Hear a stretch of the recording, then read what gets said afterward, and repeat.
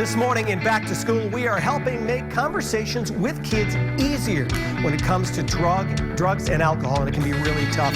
Here to help us is Director of Kent County Prevention Coalition, Kathy Sullivan, and Jill Marshall, School Resource Officer for Warwick Public Schools. Thanks for coming in today. Thank you for having us. This is such a good topic to talk about, because myself as a parent, for other parents who are watching, they don't know where to start. No. They don't know where to start, and every year, and I'm sure you folks both know, it's something new. It's something new, and it's still the old stuff. It's something new, and it's still the old stuff. So how do we even start the conversation? Well, I would suggest parents start that conversation long before high school, long before middle school. Start as early as you can. I mean, that's one of our slogans, is talk early, talk often, and listen. Listen to your children, hear what their concerns are, but talk early, as young as you can. And officer, for you, you're kind of the first line of defense. Hopefully the kids feel secure enough and safe enough to go to speak to you when there's an issue at school, and I'm sure you see a lot of it. Well, that's the best thing about being a school resource officer. We're there, of course, for the safety and protection of the school, but also we have the opportunity to have a rapport with the kids and mentor them so they feel comfortable coming with us with, you know, concerns or issues that they're having in the school and outside of the school. Right, and it really is, it's so important to have folks like you there so they can feel safe and comfortable enough to come to you. Okay, so we have a bunch of things here on the table, and we hear these stories all the time. You can't turn on the news without hearing about this. So let's talk about what we have here.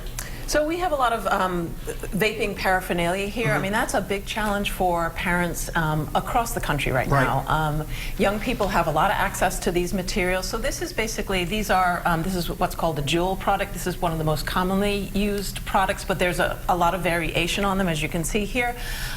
This is a product that vaporizes nicotine, so there's chemicals in it that create the flavoring. There's nicotine, it's heated up, it's vaporized, so young people are consuming high quantity of nicotine through the vapors that they're consuming. And it's so bad for them. It's bad. We don't even know how bad it is yet, because that will take a lot of long-term research, but if you've read the news lately, there's a lot of young people that are already going into respiratory failure as a result of it. And our concern, as Jill and I were talking about, is how these are marketed to young people with the flavorings. It's marketed through some of their media that we as parents might not see. So it's a big concern for us. Now, I know both of you are saying also family dinners, for an awful lot of reasons, they've gone by the wayside, but they are so important to have everybody sitting around the table every night. And I think it's important that parents know that they are the parents. If they want to look through a backpack, look through their children's room, do it. Be proactive with your kids. As you can see, it's easy for kids to hide those things, and it's easy for them to get them. They're either getting them from the parents, or they're meeting older kids and getting it from them. And I know, officer, you're in the school all the time, so myself as a parent, if I see something going on, can I come to you?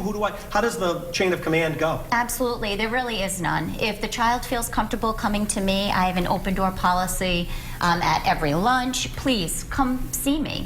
No questions asked, and then I usually say, okay, we'll sit down with the vice principal and we'll have a conversation about what's going on. We also have student assistance counselors in most schools. We have about 50 schools and 32 districts across Rhode Island. Those are also a front line of defense for young people. They offer support and counseling to young people within the schools, and parents could access them for support. The community coalitions have lots of information about these products to educate parents and give them the tools that they need to help address this. Well, thank you for being here today. Thanks for all that you do. It can be it can be very tough for not only kids but for parents themselves. Now, for more information from Kent County Prevention Coalition, you can head to roadshow.com.